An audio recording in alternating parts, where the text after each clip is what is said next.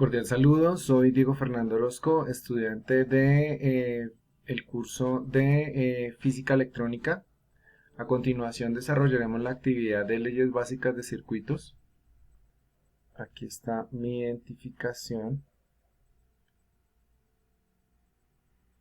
Bueno.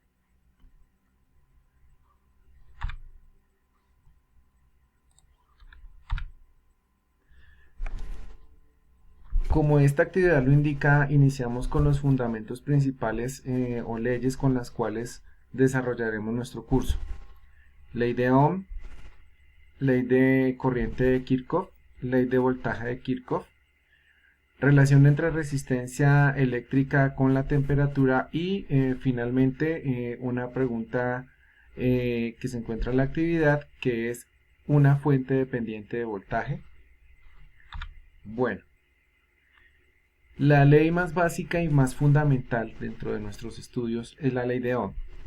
Está postulada por el físico matemático alemán Georg Simon Ohm y establece la diferencia entre el potencial, en este caso es V de voltaje, y lo aplicamos entre los extremos de un conductor determinado. ¿Esto qué quiere decir?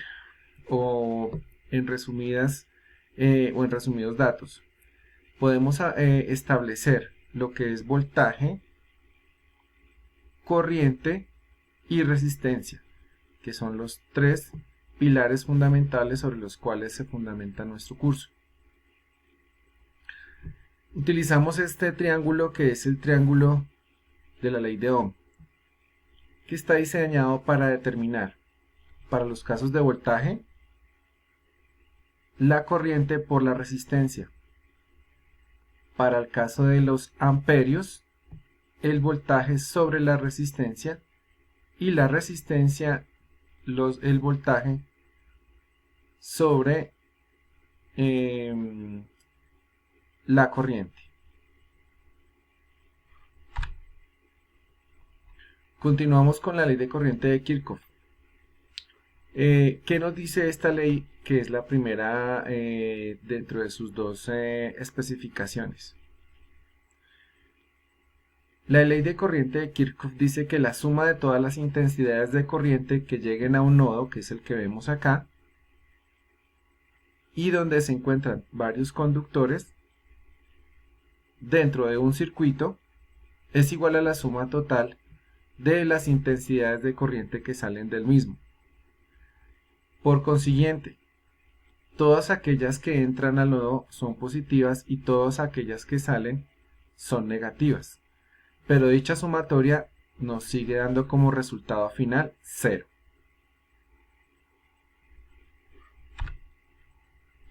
Ley de voltaje de Kirchhoff. El voltaje generado en un circuito que consume las caídas, en este caso las resistencias de tensión que se producen en todas ellas, es igual a 0. En este caso, por resumido, es toda malla o circuito cerrado, la suma algebraica de todas las tensiones generadas debe ser igual a la suma algebraica de las caídas de tensión en todas las resistencias a lo largo de la malla.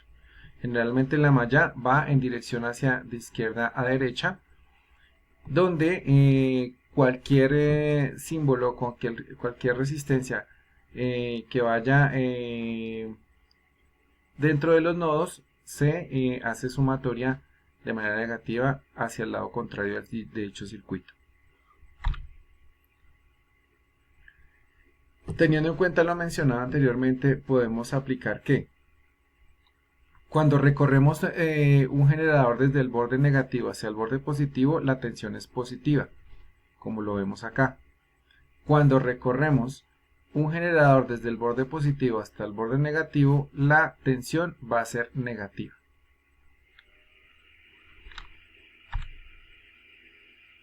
En las resistencias sucede lo mismo.